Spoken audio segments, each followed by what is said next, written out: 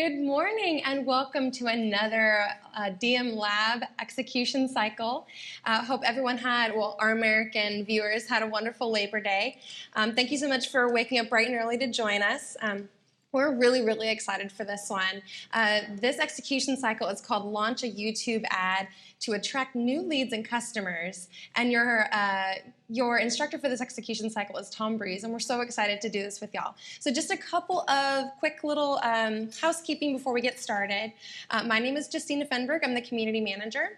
If you haven't yet joined our Elite Commons Facebook group, please do. We are going to be super active in there throughout the next 10 days of this cycle. So if you have any questions about today's workshop, your YouTube ad, your targeting, all that, please post those questions inside the Facebook group, and we will make sure that Tom sees those and gets your questions answered. We also have a little pivot for our 10-day execution cycle. So instead of a critique call, we're actually going to be merging our Q&A call and our Facebook group. So what we're doing is we're going to be doing a Q&A call 1 week from today, and then any of the feedback or questions you might have about your YouTube ad, you're going to post those to the Facebook group throughout the entire 10-day execution cycle, and we will not have a critique call. So any help that you might need, post that to the Facebook group and we'll get those questions answered for you. So with all that said, if you have questions during today's workshop, please use the live chat on the right side of your screen. Your moderator today is Maya, and she's going to be routing those questions to me, and I get to be your voice. So anytime that you have something pop into your mind about how do I do that, or can he go into a little bit more explanation about that, post a question to the live chat. Maya will get it to me, and then we'll do a couple Q&As and get those questions answered for you. So let's kick this thing off. Today's instructor is Tom Breeze. He is the founder and CEO of Viewability. He is a TNC speaker, and he's also a published author. So please join me in welcoming Tom Breeze to the stage.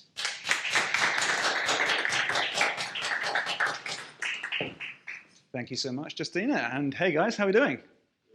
Good. We're ready to learn about YouTube ads? Yeah. Awesome. Okay, cool. I love the energy. That's good. And at home, hopefully you're ready as well. Cool. Okay, so let's get started with talking about YouTube ads and making sure we actually understand what we're doing with this probably quite new platform. Just by a show of hands in the audience here, like how many of you are running YouTube ads right now? Okay, that's probably what I normally get every time I speak. Like, no one's doing it. No one's touching YouTube ads. It seems too complicated. It seems like, oh my God, I've got to create a video. How do I get all, like, the interface looks really complicated. How do I do all of this? And I understand it. Like, I understand where you guys are coming from, and it's a difficult thing to kind of think about before even venturing into YouTube ads, especially when you might have another platform like Facebook or Instagram or LinkedIn or Google perhaps that's working really well for you. It's quite a big struggle mentally to be like, well, why would I leave one platform and go to another? And I do feel like there's a lot of opportunity with YouTube massively right now because of the rising costs of different platforms. I think Facebook, everyone's feeling the pinch a little bit. But Google is, and YouTube in particular, are kind of these like not thought about too much. And no one's on YouTube right now, which means normally the cost is very low to acquire good leads and sales. But also it's a great platform because you're getting in front of people when they're looking and searching for what it is you might have, and you can build a really good connection with them via video, not just with text or images and things. You're actually kind of making a really good connection with your viewers and your audience. So I'm going to break it down for you, show you exactly how to get started in the right way so you can start generating leads and customers at a profit and at scale. And in fact, that's exactly what we're going to be talking about here. I'm going to give you 2 profit campaigns that are great to get in front of use the perfect video ads to get in front of your ideal customers when they are ready to buy. Okay, it's not a case of like warming people up and a case of having to do loads of brand awareness that I think YouTube is mistaken for sometimes. It's incredible to do brand awareness on YouTube, but we're going to be building campaigns that are specifically saying, right, we're going to get in front of your customers when they're ready to buy, and you're going to put a video ad in front of them, which is likely to say, okay, I'm going to click and find out more about your business right now. So that's what we're focusing on here. And here's a taste of what we'll be covering. So I'm going to show you how to think about YouTube ads. Okay, YouTube is a different platform. We're going to YouTube for a whole different reason than most other platforms.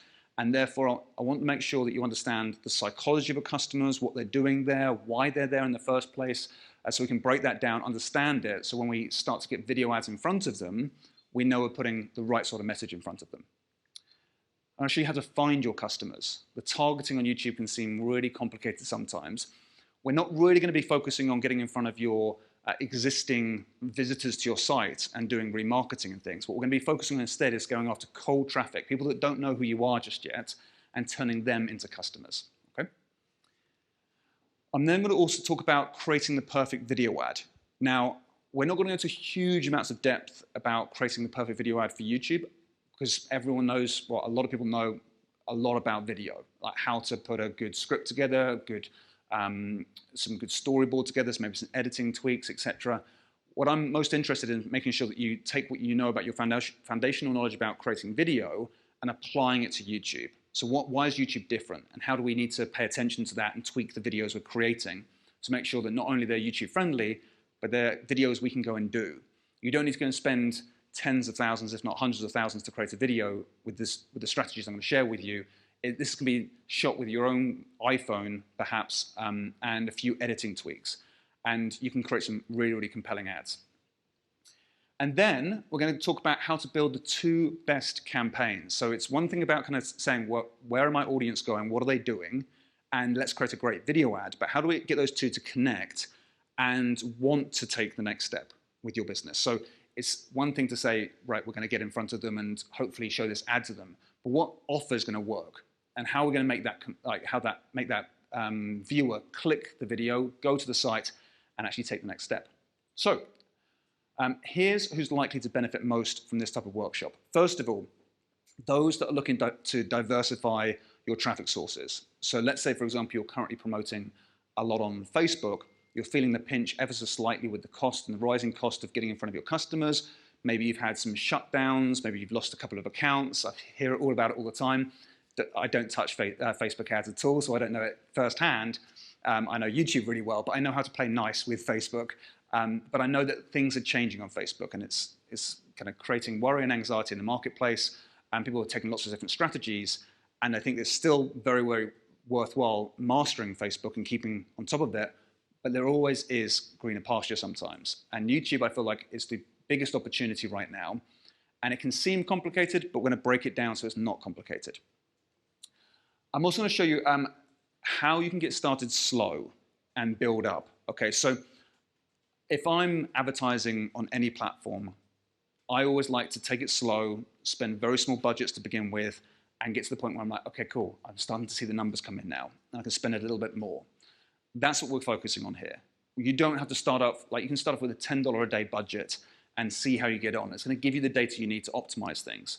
So when you're running these campaigns, you don't need to think about, right, how much do I need to spend? Do I have to spend a fortune on this?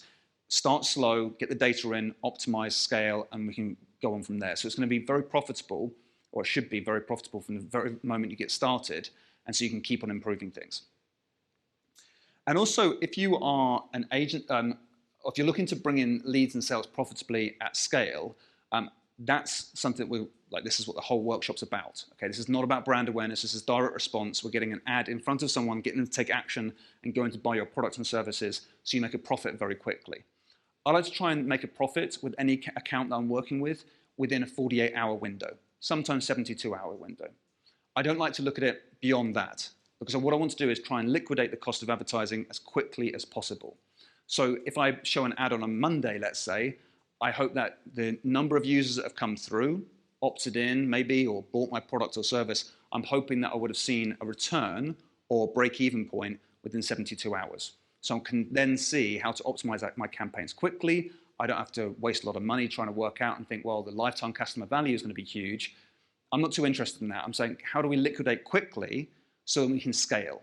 Because if you're waiting for 6 months for your lead to turn into more money as you go, that's not the easiest way to advertise. It's much easier if you're spending $1 on a Monday and you're getting more than $1 back by Thursday. You're like, great, okay, cool, I can see this working now. Sometimes that window can be like just a few hours. Sometimes it can be a little bit longer depending on the type of funnel you're running. But I would love you to try and think about this being you're trying to get people to turn into customers as quickly as possible. And if you are an agency owner as well, I mean, you can run this for your own business, but if you're an agency owner, you might say, right, I want to learn this stuff so I can go in front of my customers and provide them with a new service. Okay, so you can say, right, you're running Facebook ads for your clients, or you're running some sort of social media promotion for your clients, whatever it might be. What we're going to do is unpack this so you know how to start using YouTube for your clients as well. You can offer them a new service. It's a new opportunity for you as a business. And you think, great, well, if you learn this stuff and you can apply it quickly, then your clients might just fall in love with you immediately because you can do some great stuff on YouTube, maybe do some clever remarketing or retargeting on Facebook. You can do some really clever stuff, but getting started with a new platform can open up huge amounts of opportunity and really just double your income sometimes, because you say to your clients, we're doing well on Facebook, let's do the same thing on YouTube, just with a few tweaks. So this can build a big, big opportunity for a lot of people. And the goal is to get you up and running fast with 2 profitable YouTube ad campaigns. There are so many more different types of targeting and different types of campaigns you can build, but it's all about getting started in the right way, because you can learn as you go. You don't need to learn the whole of the platform to begin with. Just find the bits that you think, right, I can do that, that makes sense, I know how to run that bit. And then as you go and create more success, you can say, great, let's try out some new targeting methods. But if you build the foundation right, and you start getting the conversions coming in cost effectively, and you're starting to scale, that's the point which you might have some reserve budget, where you said, right, we've already made this amount of money, let's put it back into testing something else inside the account, and that'll help you scale further and further. Cool, so we're going to be focusing on 4 parts in this workshop. The first part is something I call choose your moment. And really this is about making sure that you are specific with what your intention is when you start to advertise. Too often people think, well, I'm doing something great on Facebook, and I'll try and use the video ad I've got there and just apply it to YouTube and see if that works. We need to be more strategic. We need to think about things in a slightly different way, and we say, right, this is what I'm focusing on. I know you've done some great work with people like Chris Mercer when it comes to the Google Tag Manager and analytics and everything that Chris has been working on. And he taught me something very foundational to what I do now, is making sure you kind of build a hypothesis of saying, here's what I'm going to do. I'm setting out my stall. This is the strategy from day one. It's what I'm going for, and let's focus on that. Too often I see a lot of people say, well, let's just see what happens. Let's put a video out there and, I don't know, let's just run it and see what happens. And it doesn't work for them, and they're like, okay, well, YouTube doesn't work. It's like, okay, you probably had to go and think about things slightly differently. So this is about choosing your moment, knowing what you're going to do, build that hypothesis, and say, that's what I'm focusing on. So we'll work on that. Once you've got that, we can then work on part 2, which is about making sure you create the perfect video ad. Now, I'm going to just show you what happens on YouTube and why we need to think about YouTube differently to other platforms, so you know why you need to mention certain things in your video ads, and what you need to say at the start of your ad, and things like that, and how do you close your video ad as well. It's a different platform, different psychology, a different functionality as well, so I want to walk it through for you. Then we're going to build the campaigns. Once we know what we're doing, we've got a great ad, we're sitting there thinking, right, I know what the hypothesis is, I know what I'm focusing on, I've chosen my moment, I've got the perfect video ad for that moment, and now how do I build this? What's the technical steps I need to take to make sure that when I run this campaign, the hypothesis is being carried out? It's like, I've got this ad, I know who I want to get in front of, and you can actually go and do that. So that'll be part 3, building those campaigns that profit. And then I'm going to show you what levers to start playing around with to optimize and scale your campaigns. The way we build it, because I don't know if you know about, well, I'm sure you have been aware of like all these different ad platforms. Sometimes you start and it feels like you have like 50 different dials to play with, and you're like, okay, well, I don't really know what this one does, but let's play. Someone said it's good to do this, and someone else said it's good to do this. And it feels like you've got like, and the same thing with AdWords when you're working with your Google Ads platform. When you're working on those platforms, there's so many things, so many little buttons you can press, so many things you can tweak. There's 3 lever points that I want to share with you. And we build the campaigns in such a way that supports the growth of the campaigns in an easy way. I run an agency. I do this with my team all day long. And our ad buyers in the team, we've worked out that if we bring on a new employee and train them up to be good at YouTube ads, if we just give them the whole platform and let them get on with it, then what ends up happening is they get so confused. So what it's about saying, right, build it in the right way and know the 3 levers, and then you're like, great, I know how to optimize now, and I know how to scale. So that's what we'll be focusing in on part 4. Now, if we go into part one here, choose your moment, this is like the most fundamental thing to begin with when you think about running your YouTube ads. If you get this part wrong, or you don't pay attention to this part, whatever you do from here on in is much, much harder to make it successful. So we're going to focus on this. Now, if you look at YouTube as a platform, people visit YouTube because of one of three reasons, really. Okay, well, the audience that we care about. So, I might be interested to hear what your thoughts are. In fact, like when you go to YouTube, I'm sure you've been there before. Show of hands, who's been to youtube.com before? Okay, cool. I think we've all been there, right? And does someone want to shout out something that you've done before, like what you've typed in or searched for recently on YouTube? I don't want to know about the real private stuff. Maybe something that's more friendly for this audience. But yeah, go for it. One is entertainment, and two is how to find out how to do something. How to do something, yeah? So you've got a problem, you need to fix it, you type in how to do this, that, and the other. Okay, so how-tos are big, yep. And then entertainment as well. You might go and watch someone who's like, I don't know, I find myself watching Joe Rogan's podcast quite a bit, just like finding myself going to these rabbit holes where I just don't know where I'm going. But I find out about the most specific health benefits of like some sort of nutraceutical. I'm like, great, I didn't come here for this, but that's fine. Cool, okay, perfect. Anyone else? Do you want to pass it around? Does anybody else that want to share something you've typed in or searched for on YouTube recently? Go on, I'll pick on you, Jamie. No, that was it. We talked earlier about more content being even produced and disseminated on YouTube, movies and sporting events, but also like the how-to stuff and entertainment content. Perfect, yeah. So what you're going to find on YouTube is that it's around about 53% of people are going to YouTube because they want to be inspired by something, okay? That's the YouTube official stats. So people are going there because they want to be inspired. That's an audience that we need to pay attention to, but not right now. It's something we're going to kind of tackle at a later stage. We're not going to focus on that to begin with. The rest of the people that are going to YouTube, the rest of the 47%, those people can be broken down into three different types of people.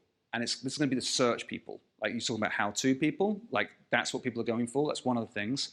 But what we do is we go to YouTube because either we want to know something, we're looking to learn about a particular topic, a subject matter, and you can say like, right, I need to learn much more about this. Okay, and whatever that is, you start typing it in, you just start exploring. And you start to think, right, I don't know where I'm going to go with this, but I just want to learn much more information about this topic. Okay, you don't know what to type in to begin with, so you just type in a broad topic, and within 5 minutes or 10 minutes, you've gone really deep, really quickly onto YouTube. The next thing that people often do is the to-do. People want to go to YouTube to do something. This is the how-to videos, it's the tutorial videos, the walkthrough videos. And there's a lot of people on YouTube doing that type of thing. They're searching, they're looking for like solutions to problems, and they want to be kind of like helps along the way. I know the number of times I've typed in recently, I've got 2 young kids with one on the way as well. And I know that times I've gone to YouTube to be like, how to work this buggy or this stroller. Like a number of times I've been at the boot of my car trying to put it in, I can't fold it down to actually get it into the car. And so I'm standing there like with YouTube, how to fold down this particular type of buggy. That type of thing happens all the time. So you've got like the how-to, the tutorials. We're always looking for that type of content. And then you also have people going to YouTube because they want to go and buy something. Okay. Now, this is where we might do reviews of certain products. We're looking for other people to give their opinion of a certain product or a model type. And so you can understand like this model versus this model, this mountain bike versus this mountain bike, or looking at mountain bike parts. Like there's so many people going to YouTube looking for information so they can make a more like informed decision before making a purchase.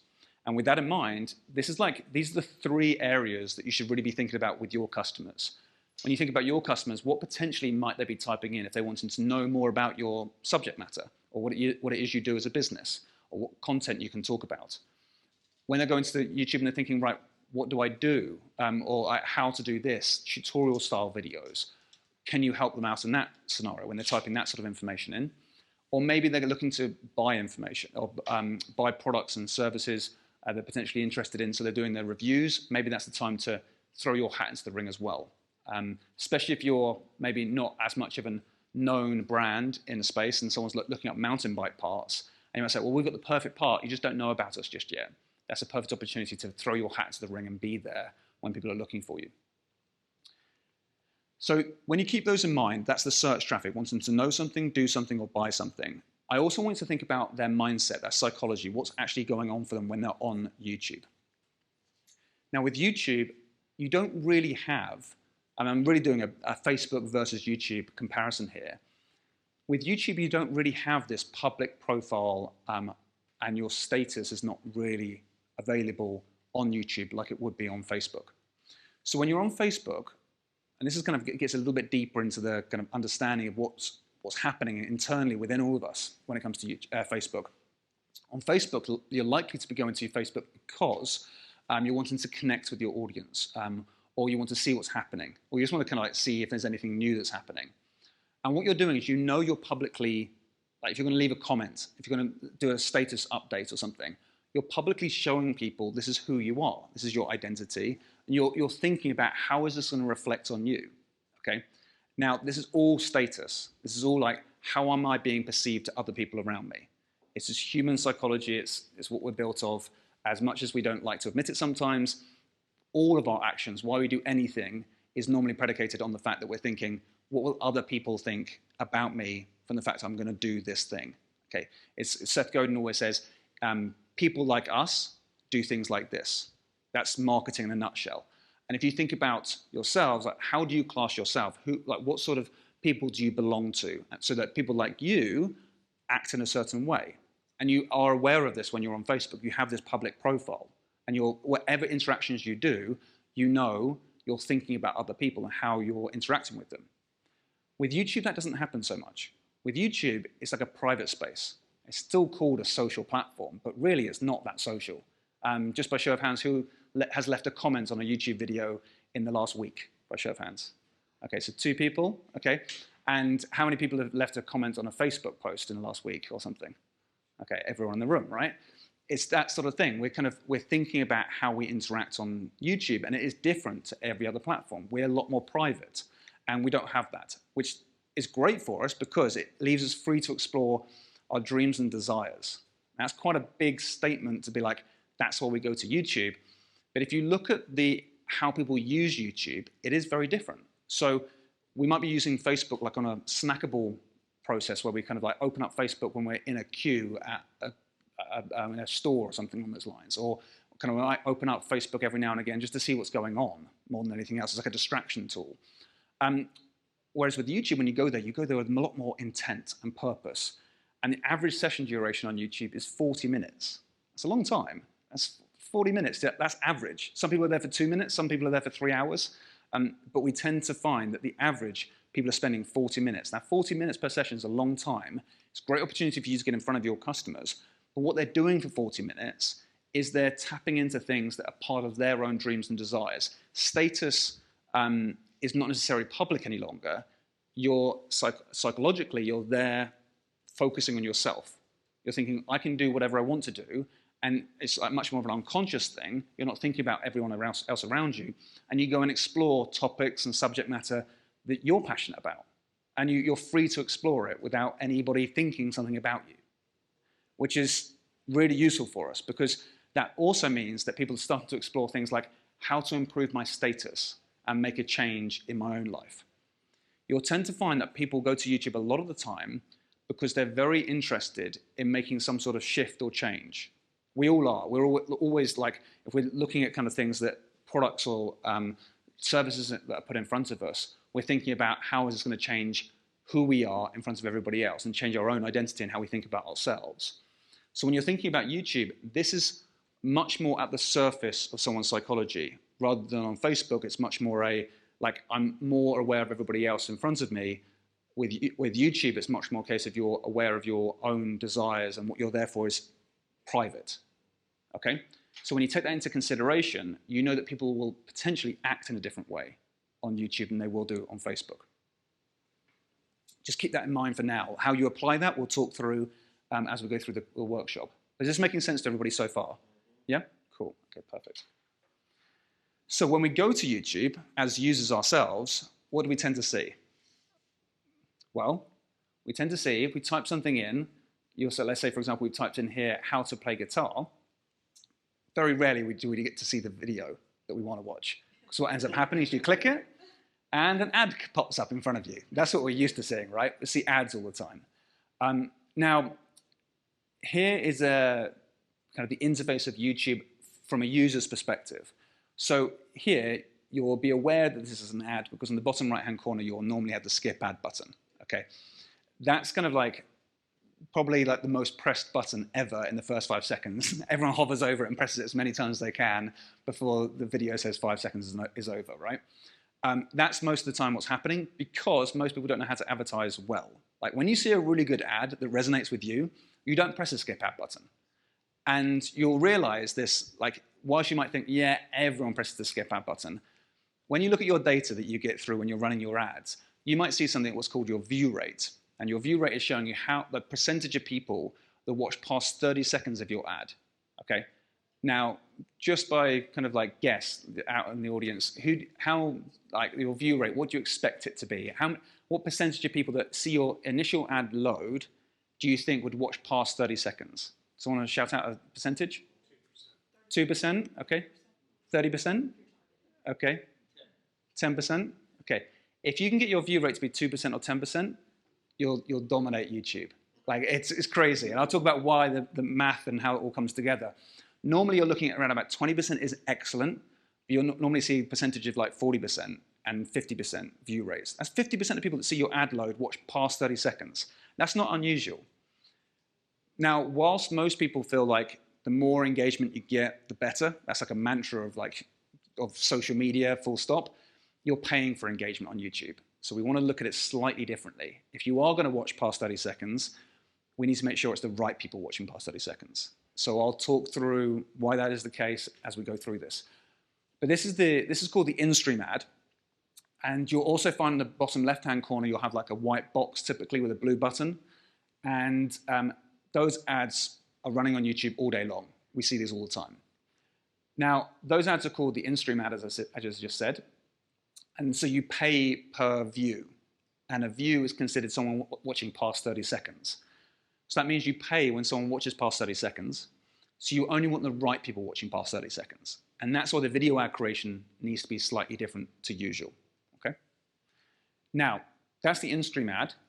You also have these other ads on the right-hand side in the listings here. And these ads are called the discovery ads. They used to be called in-display ads, but they changed their name to discovery. And we're not going to be focusing too much on these videos at all in this workshop because I want to have like a sole focus on in-stream ads. There's a much bigger inventory. You can get a lot more exposure with in-stream ads than discovery ads. But you can see the opportunity here as well because your thumbnail can be in front of your customers constantly. So it's great for branding, great for kind of being seen all the time. And if you have a good thumbnail, you might have a lot of people clicking it and actually watching your video as well. So good opportunity with discovery ads as well, but I just want to focus on in-stream ads for this workshop. Cool. So how do advertisers get these ads in front of us then? How are they doing it? If we're not advertising on YouTube ourselves, we need to know how other people are using the platform and how are they able to get the right ad in front of the right customer. Well, 9 times out of 10, they don't. Most of the time, it's big brands who run ads and they don't really target their customers very well. We can change that.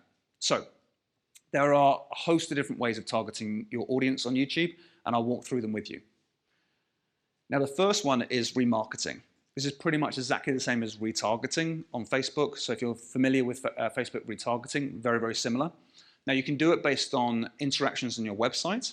So it might be the sort of thing where you say, if they kind of landed on your landing page but didn't opt in, you can potentially have a large list there potentially that you can get back in front of. So you just build that remarketing list there.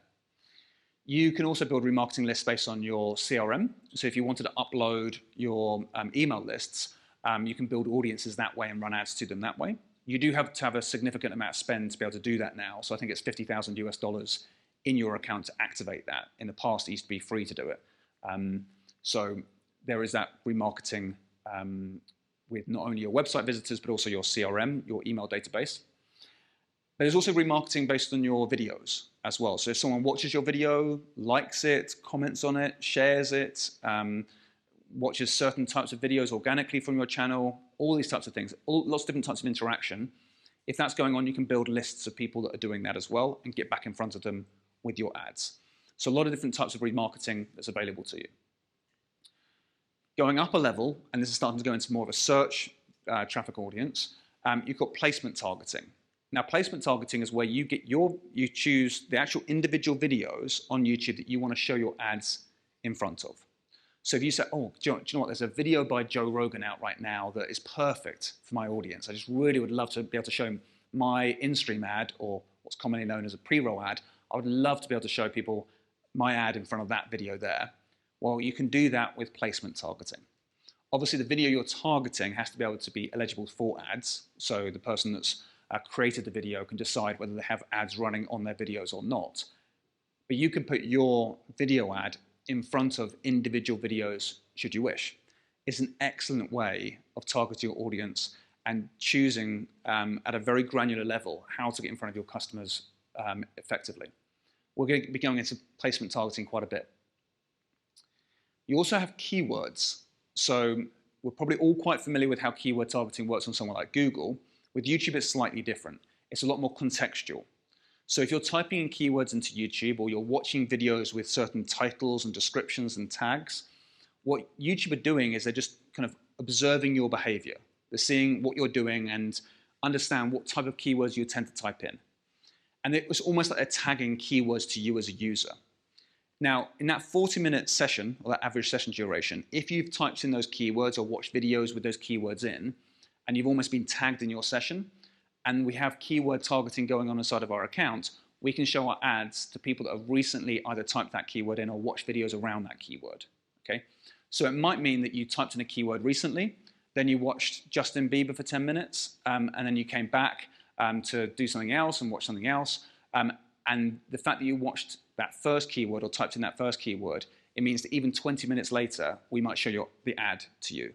It's within that session. Okay, so it's slightly different to how you might expect someone like Google, but it's much more contextual. It's like, we know you've been looking for that recently, let's show your ad to that audience. So it's really, really helpful. So that's keyword targeting on YouTube. And you also have custom intent. This is where we're starting to get into more audience-based targeting on YouTube. Now, custom intent is great. I love custom intent. What you're going to do is when you get more and more keywords that you can find that are working really well for you, you can cluster them together and you can put them inside what's called a custom intent audience. So you build them together, you put it into a custom intent audience, and that audience, what's happening is Google are saying the type of people that type in those keywords will build an audience for you, and you can run ads to that audience. But it just doesn't take the keyword targeting from YouTube, it takes it from Google as well. So it's almost saying, if you type in something on Google and come to YouTube, we'll show our ad to you, which is really helpful because it means it opens up the whole of Google as well. They just have to visit YouTube at some point for you to get your ad in front of them. You also have topic targeting. Now, this is where YouTube puts loads of different types of videos into loads of different types of topics. It's not the user who generated the content. It's not based on their category of their video. YouTube, the AdWords interface has thousands of these topics available to us. So it's a case of like saying, well, we can say anyone that's watching videos of this type of topic, we can choose that potentially and use it in our targeting. It's a great way of targeting. It's something that I would reserve till later. This can really scale and scale effectively as well. You'll just need to get quite a bit of data into your account before you can start using topics effectively. Then you have similar audiences. Now, similar audiences are just like lookalike audiences on Facebook. They're built slightly differently, so it's not based on the percentage of the audience or the population of a country, perhaps. It's more a case of like, people like this will find more people. It's normally 10 times the size of the current audience you have. But similar audiences will be built automatically for you. So it'll be built off of your YouTube viewers, it'll be built off your landing page visitors, off your leads, off your sales. It'll just keep on building more and more like similar audiences. So you can choose to use them should you wish. And they're just available for you, not publicly available, in your own accounts, they're available for you to use as you go. I like to use similar audience much later once I've got good data coming through, because then you know the actual audience is going to be better. But it's good to keep that in mind. It's a great way of targeting. Now, in-market audiences are really good audiences as well. These are Google generated. You don't get to build these yourself. But in-market audiences are very exciting when you're starting to scale your campaigns. And what it is, it's saying Google are building these predefined audiences of people who have recently, in the last 7 to 14 days, changed their behavior in some way that shows that they're interested in something. So if you're about to go on holiday, for example, the chances are you're going to start looking at car rental or hotels or flights, for example. Google can kind of aggregate that data and be like, you're going on holiday soon. Cool. And they'll put you into a category of people going on holiday. But they'll do it by their destination as well. So if I was going on holiday to New York, for example, then it will know that I'm going to New York. And so it says, so then if you had like a tourist company, for example, and you say, and it's based in New York, you can say, right, in that in-market audience, if anyone's going to New York, I want to advertise to them. So when they come to New York, they do all the things that my tourist company does. But there's loads of things. It's like TV, it's anything that is normally out of the ordinary. So it's not like one of your traits of interests. It's more like you've recently been changing your behavior, and therefore we know that this is like something you're looking to do soon. And then you have affinity audiences, which is much more of your longer standing interests. If you're into surfing, for example, likelihood is you'll fall into a category of interest-based audience or this affinity audience around surfing. So that kind of gives you a bit of an overview. There are other ways of targeting as well, but that gives you a bit of an overview of what's possible on Google. Remember, Google has been around for a lot longer than Facebook. It's been collecting all the data for a long time. It's got huge advantages because pretty much everyone has got Google Analytics on their pages, so they can collect all this data from everybody. And because they're collating all this information from everywhere, they have so much data and they've been able to kind of use that data effectively. So it means that these are getting better and better all the time, and especially with how things are changing with Google's AI, you're finding that you can start to borrow Google's intelligence a lot more to help run your campaigns. You just need to feed the account with the right data to begin with. And this is what's going to be great about this workshop, because we can get the right data into your account so you know you can get the AI working for you. But it's not done on like trial and error and have lots of like negative data in your account. It's like you're building it right from day one. You're optimizing as you go, so that over time, once you get to like 500, if not 1,000 conversions, whether it be leads or sales, Google are going to know so much about your audience that when you start to turn on the AI, it will really be able to scale. So how are we going to target your customers then in this workshop? What are we going to learn and how to do? Well, when we look at all of those different types of targeting, we're going to go for two. It's going to be placements and keywords. Those are the two we're going to focus on. They're great at getting ridiculously good return on investment, easy to optimize, and they get you started. So we're going to be focusing on placements and keywords and go into a bit more, obviously a lot more detail about this as we go. So we're going to start doing an exercise in a minute, so you can kind of start to get the ball rolling and get to think about your customers a little bit more. And before we do that, I just want to kind of like give you a bit of a precursor as to what we're going to be doing. So I'm going to give you a 5-minute brainstorm. And what you're going to do is you're going to focus on a few different types of keywords. First of all, we're going to go for the want to know keywords. Okay, so you're going to think about like what are my customers looking to learn on YouTube, what they're typing in potentially. You're trying to get into the psychology of your customer. Then it'll be like wanting to do keywords, like tutorial style videos or anything you think your customer might be interested in. And then wanting to buy keywords as well, review type videos or product type videos or anything that might be your competitors type videos. What are they typing in?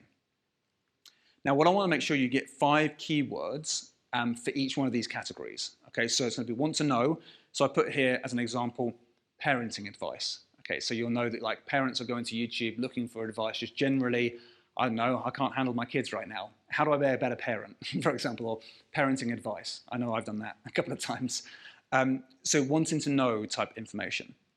Then you've got the want to do type information. And these are people like who are typing in something a little bit more specific now. So how to get my baby to sleep. Okay, you're starting to get a little bit more into the kind of like what you're actually specifically looking for. So a how-to video at this point is really key. And also you're going to have the want to buy type keywords. And it might be something like baby sleep product reviews. Now, I've done a lot of research in this space recently. There's something in the UK called You and the Sheep. It's a product that's out there at the moment. It's like a little teddy that has a little, on its paw. If you press the paw, it plays certain types of music. It glows red. if you've got kids that don't sleep at night, it is insanely good. It's amazing. You turn it on and like, I've just seen my kids just like go to like nap off straight away. They just like immediately just fall asleep. And so we've used this product. We absolutely love it. I'm not trying to sell it. I've got no affiliate link or anything like that to try and sell it.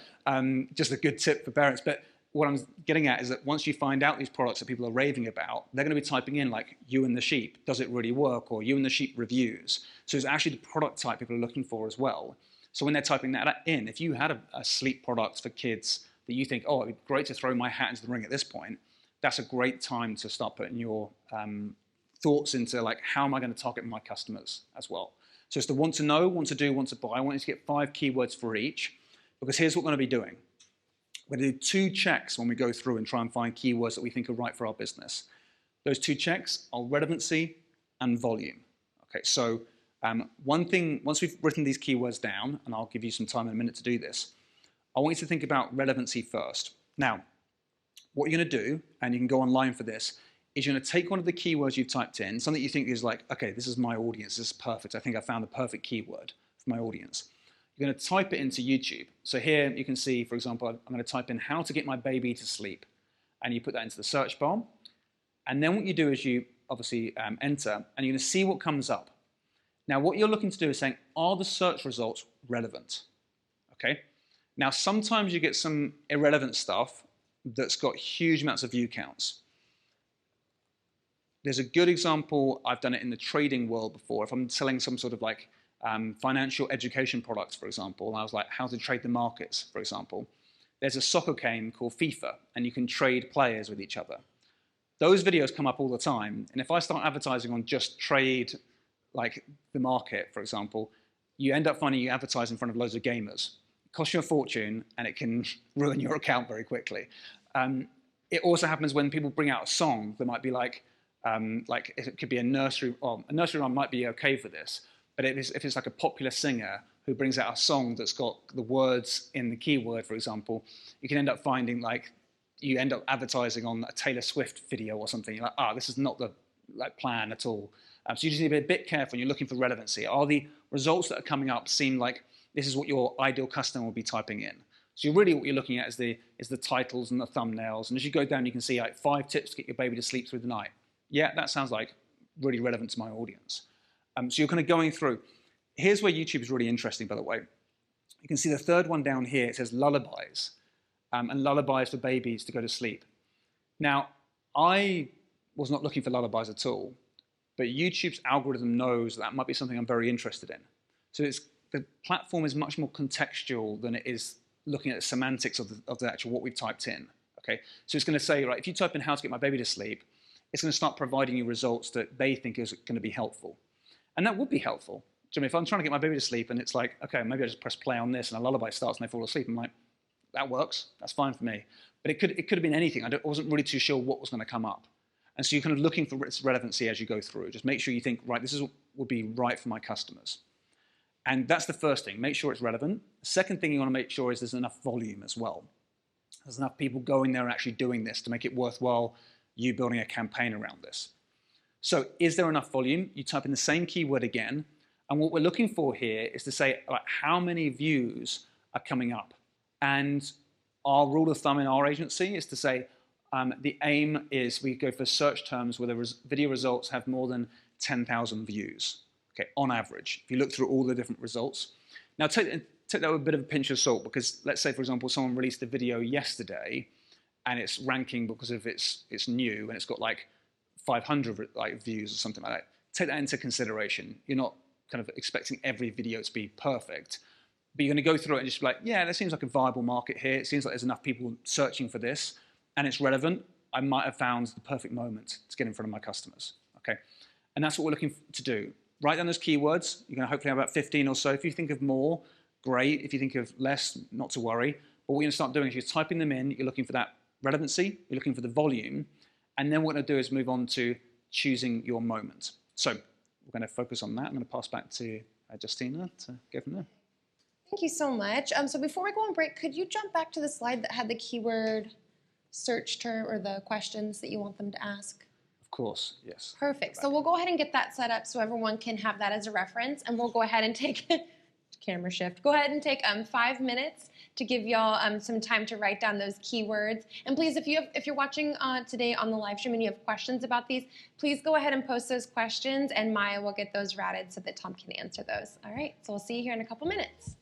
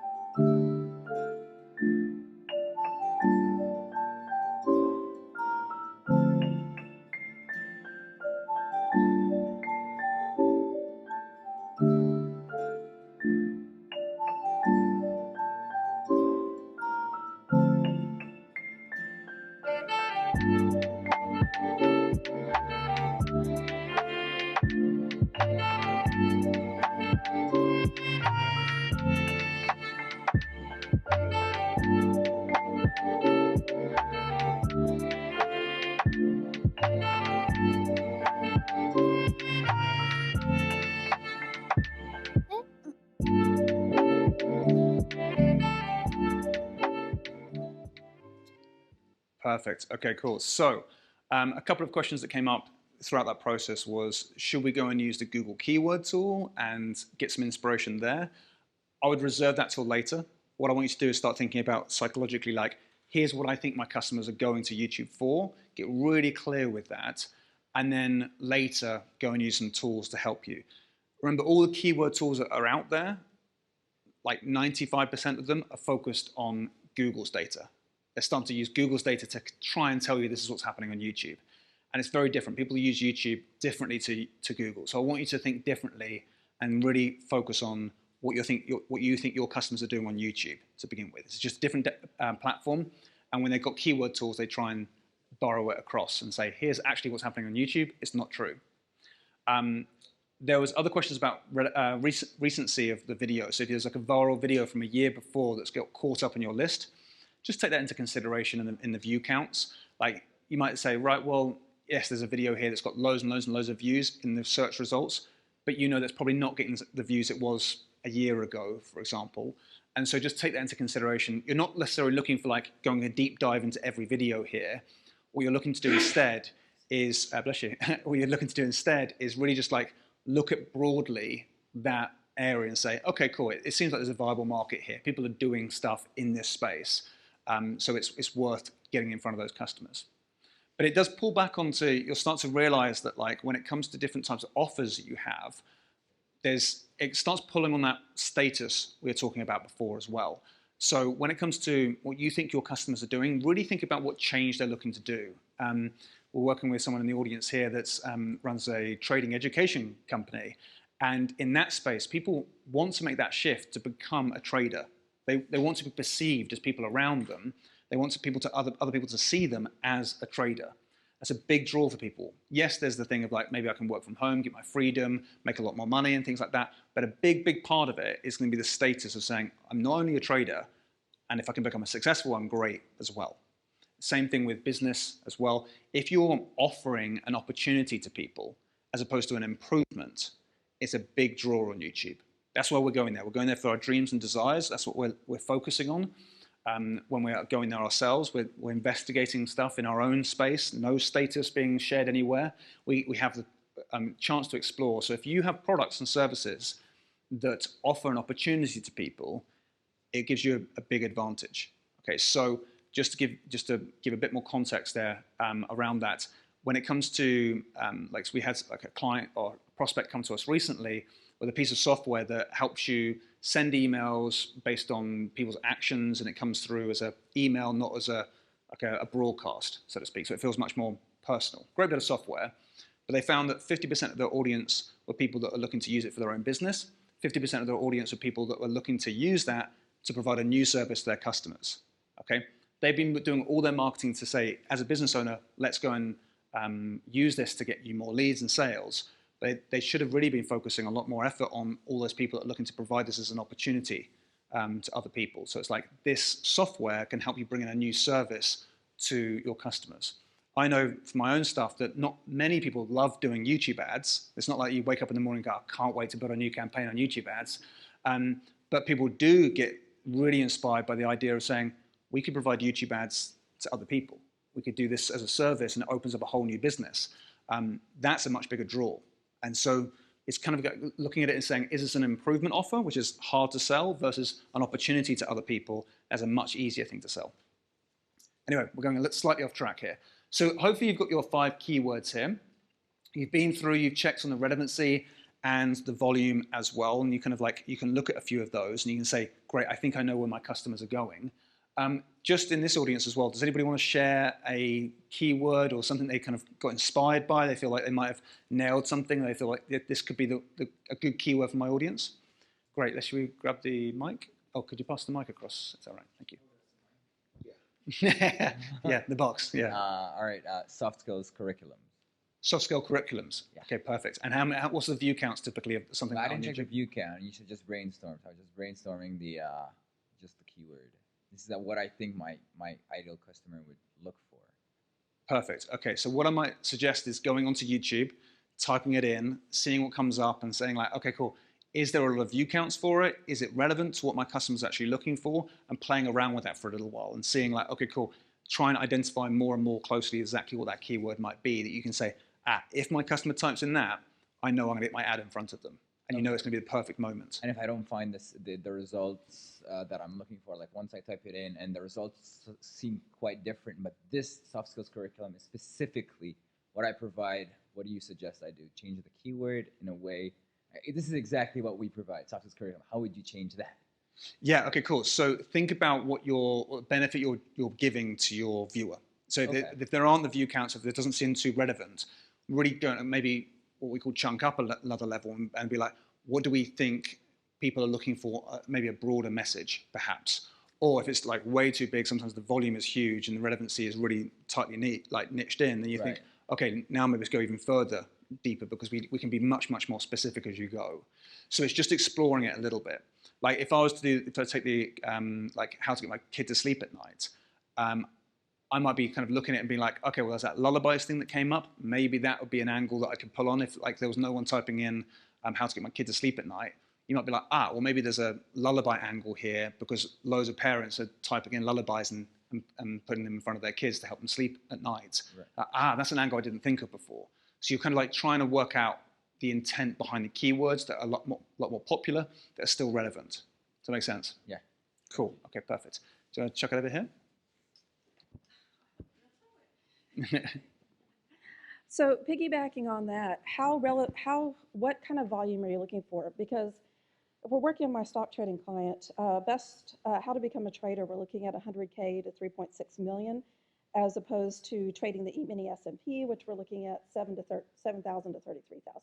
So what is your sweet spot in volume to get started? Brilliant. Okay, cool. So that'll slightly depend on your business model, because if you know that, let's say, for example, each customer that's coming through needs a lot of nurturing. Let's say, for example, you do like a phone call as part of your opt-in, for example, and you can only deal with a certain amount of capacity, then it's best to go for a smaller audience that you know are much more likely to go and buy from you. But if you wanted to go after that big audience because you're selling like a lower price item that everyone's interested in, then yeah, go for the bigger audience. And if it's completely leveraged. So I'm going to try to pin you down. Go for it. Yeah. That's what I would hear. Because I know when I'm doing SEO, I know what my sweet spot numbers are for that. Okay. So what are your sweet spot numbers? Because in Facebook, in SEO, if you're looking at somewhere in the millions, you're looking at, okay, that's too broad of a market. I need to niche it down some more. So at what number are you looking at, this is too broad for a beginner market? And at what number are you looking at, this is really too low for a beginner? Okay, cool. So again, I'm just looking to see if there's a viable market, and especially how I know the keywords work and how they work as you run a campaign or placement targeting.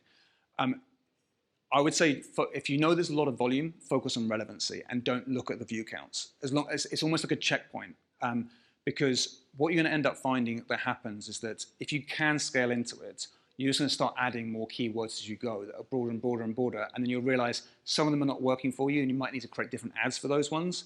But you're just going to add in more and more keywords as you go into your campaigns. So I very rarely look at the actual view counts once I got started, because I know that it's just a starter place for me. Once I start dialing it in, I've got things like AI and other types of targeting that I can build from. But as an agency, we go in and say, here's what we're looking for, and we know it inside out, so we're kind of comfortable with taking a bit more of a risk, for example. When I'm training it, though, it's a slightly different answer, because I'm like, I know this might be your first time going into YouTube, and you don't want to kind of blow things up and say, oh, I've spent 100,000 yesterday, and we got one lead, or something along those lines. So that would be extreme.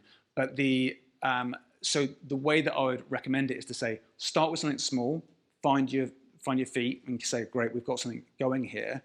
Make sure the numbers are looking good. And then you can make the next logical decision, because you can say, that works so well, let's go super broad, because we can just tackle that one. But if it's not working that well, you might like, do I need to go more niched in now? So it's more a case of suck it and see as you go. But in your first campaign, I would say go as specific as you can if you know there's a really good audience there. I know it's a bit of a vague answer, but it's not easy to tell you. And also those numbers are just an indicator more than anything else. Great. Was there a question here? Or no? Yeah, okay, cool. So we can pass it across.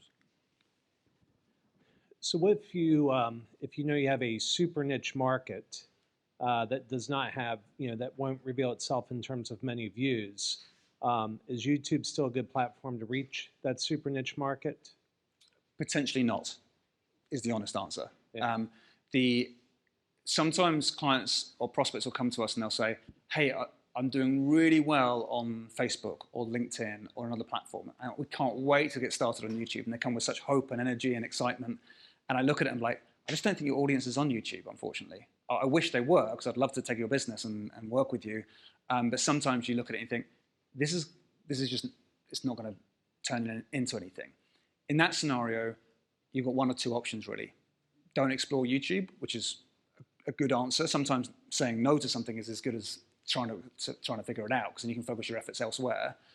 Or potentially tweaking the way that you approach your customers. So, for example, as personal experience, very few people are looking up how to run a YouTube ad campaign on YouTube. Funny enough, if you type it in, it's probably like 1,000 views per video or something like that. No one's looking at it. I still might do it because it's good for brand and it's good for the value of someone who is looking it up is still very high for me, because I'm like, they're willing to potentially spend quite a lot of money on their own education. But there's not many people doing it. And that's why we don't advertise aggressively ourselves on YouTube, because there's not much payout for the amount of work you're going to put into it. That said, if I shift my focus a little bit and say, right, we're not necessarily looking to teach people YouTube, we're looking to teach people there's an opportunity to say, you could run YouTube ads for your clients, then it opens things up. Because people are saying, how do I run my Facebook ad campaign? I can get in front of them, which is a lot of views for that type of thing. I can say, before you run another Facebook ad campaign, have you considered providing YouTube ad services to your clients? And that is a huge market. So it's looking at it as saying, the same thing you do already, can you reposition it to make YouTube work? But that, I appreciate, is more of an indirect or more of a, you've got to change things around in order to make it work. But that's the opportunity that might be available on YouTube if your audience aren't there. Does that answer your question? Yes, thank you. Cool, perfect. How would you know if they're on YouTube? Do you want to shove the, jump the mic across? I think you can chuck it as hard as you can. Yeah, How would you how do you know that your customers are on YouTube? I mean, we are mainly on like B2B business. So how would I know that other people in that field are on YouTube? I mean, everybody uses YouTube at some point, but for that purpose, like, how would I target them? Yes. So if you know your customers are going to YouTube at some point, but how do you target them? That's kind of obviously the biggest question, because everyone's like, by show of hands, how many people have been to YouTube? Everyone. But it's, can you target those customers on YouTube? Right. And that's the tough bit. So sometimes you can. Sometimes, like if it's like an entrepreneurial type audience that are looking for something, you can get in front of them typically, because it's the business owner or the decision maker that's looking that stuff up. If I wanted to get in front of like a Fortune 500 company and sell them some sort of service, I'm probably not going to go on YouTube to try and do that, because people aren't going there for that reason. People aren't going there onto YouTube. You're not going to get some head of procurement thinking, oh, I must go to YouTube and type in the best way to find a training for my staff or something like that. You're better off going to LinkedIn perhaps, or other platforms. So it's a case of like, it's still a search-based platform, and you need to make sure your customers are actually in search mode at some point in order to get in front of them. So unfortunately, if your customers aren't doing that, it might be the sort of thing where YouTube doesn't become the platform you want it to become. Okay. Yeah. That might not be the best news in the world for you potentially, but it's better to be honest at this stage than to kind of like try and figure something out. Into the heads of your customers, would they visit YouTube or not? Just basically that. And would they visit it for that purpose or not? For the purpose you're talking about with yours? Yeah, for whatever niche I'm in. Maybe they're made for YouTube, maybe they're not made for YouTube, but just you're saying just go into their mindset, check if they would use YouTube or not. Exactly. Yeah. Will the customers, will your customers, or if you're providing YouTube ad services to other people, will their customers likely be going to YouTube and searching for help, basically? Okay. So, I mean, you can go from a different angle. So, we talked about the different targeting types. There's so many different targeting types. You can go and say, right, do they fall into a certain category of people? And also you can do things where you say, you can target people based on the channels of videos they might be watching. So if you knew that like your customers are very much into soft skills, for example, there might be a lot of channels out there about soft skills, and you can target all the channels that are out there. Or with your custom intent audiences, you can say, let's build a load of keywords together that people might be typing in on YouTube, on Google, sorry. So if they come to YouTube, they'll see our ads. There are different ways of doing it. But for this purpose, we're really focusing on placement and keywords in this workshop, and that's going to be, are they typing these types of things? Are they going to watch these types of videos? If they are, we have a huge market potential to us. All right. Yeah, cool. Okay, good. And one more question, then we'll kick into the action plan. So really quick, if you are typing these into YouTube and you're seeing they're different keyword strings, long tail keywords, but you're seeing the same video pop up. Mm-hmm. So of course, best trading tips, that makes sense, in those. But even it's showing up on trading the same video is showing up, or the best stock trading indicators. Is that a good sign that you can get deep into that market because only one person knows what they're doing? Or is it a bad sign that you need to diversify your keywords a little more? No, don't overthink it. Basically, yeah, is the answer. So if you're seeing lots of the same video appear for lots of different search, it's because that video is good, and YouTube know that this video might be helpful to someone typing in keywords like that. So it's not done on the semantics of the words as we talked about earlier. It's done on what YouTube perceives as being the best video to show you at that time, and so therefore it's going to show you different videos, and it might not be that relevant to what you typed in, but it still could be a great video for you. So YouTube are just really good at giving you the best experience they can. So I hear that YouTube's making it easy for us. Don't overthink it. Don't overthink it. Yeah, exactly. Yeah, that's the mantra of today. Yeah. So with this next step, here's what the action plan, or the action that you need to take now. You're going to choose your moment, and there's a worksheet for this as well. You're going to define your moments. The idea being that when you type in, when you come to the end of this section, I want you to be crystal clear with what your intention is. Okay, what your hypothesis is, what your focus is going to be as you run these ads.